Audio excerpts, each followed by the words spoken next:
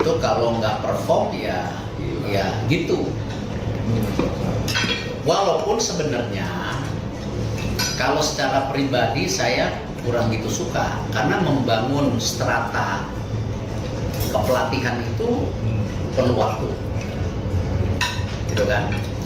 Waktu saya masuk PSSI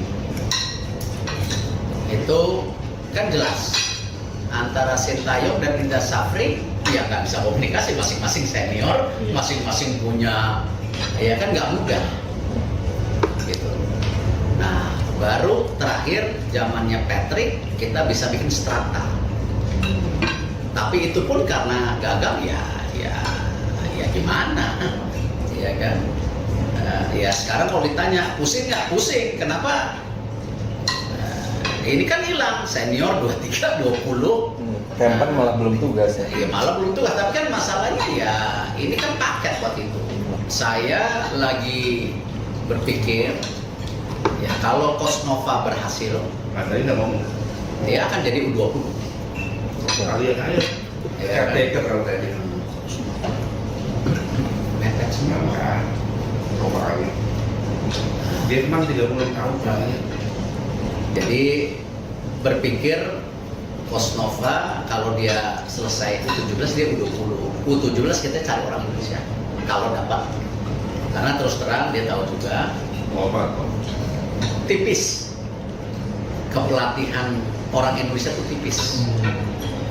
Kenapa waktu itu ya Sintayong nyari juga susah, Patrick Kluivert menginterview 10 asisten pelatih juga nggak ketemu, saya nggak memberitakan siapa yang diinterview.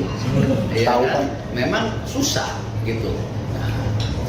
Nah jadi memang kalau ditanya kapan kita pengumuman pelatihan baru, belum. Saya masih perlu waktu konsolidasi dua hal. Satu, saya lagi coba buka komunikasi ke banyak pihak. Jangan sampai persepsi yang kejadian beberapa kali terakhir ini mempersulit posisi kita mencari pelatih. Ya. Karena kita mesti sadarin kan ranking kita belum tinggi, masih rendah. Mencari pelatih di ranking seperti ini nggak mudah. Kalau nggak nganggur, Kan? Even waktu Sintayong pun kan sebenarnya nggak mudah meyakinkan pada saat itu.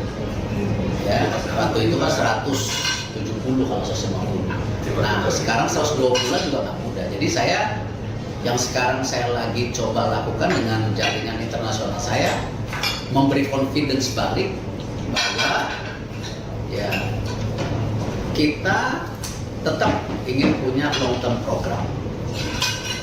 Ya. Apa yang terjadi kemarin-kemarin itu ya bagian dari tentu result yang harus dipertanggungjawabkan. Nah, memang semua rata-rata nanya mengenai bullyism di sosmed. Itu yang mereka semua ada. Karena kondisi yang sekarang para pelatih yang kita lepas kan mereka shock. Bagaimana pribadi di DM si anaknya Patrick dibilangin black monkey, anaknya dihajar, diancam mau titik-titik, sampai ke istri-istrinya pelatih. Bukan istrinya Patrick aja loh, istrinya yang lain. Jadi mereka shock. Nah itu yang saya lagi redam. Dan saya nggak takut ditulis. Ya kita harus kembali menyehatkan juga persepsi sepak bola nasional. Kita harus punya kesepakatan sepak bola ya untuk nasional dan kebenaran. Ya, dan ini beberapa pemain juga kontak saya, mereka worry karena kasus Rido mereka juga nggak happy. Rido itu kan buat pemain asing figurnya, maksudnya figur dalam arti, Rido aja kena, apalagi gua. Nah ini yang saya lagi rajuk juga di pemain-pemain untuk menaikkan confidence-nya lagi bahwa ya is part of life, tapi percayalah federasi akan memprotek dia. Gitu.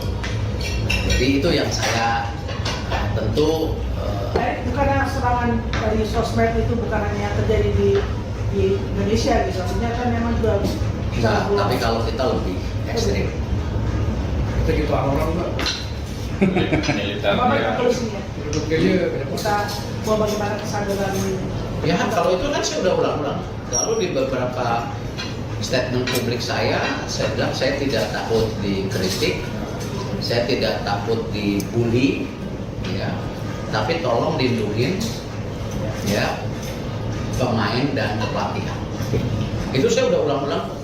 Jadi kalau Dari gagalnya Gerald di AFF saya ngomong itu. Iya. Intinya itu merugikan Waktu kita. Indra Safri gagal di U20 dihancurin kayak gitu, ya kan? Jadi Jadi kalau- itu merugikan posisi kita sehingga bagian kita mencari kayak tadi pelatih juga ya, Termasuk pemain. pemain.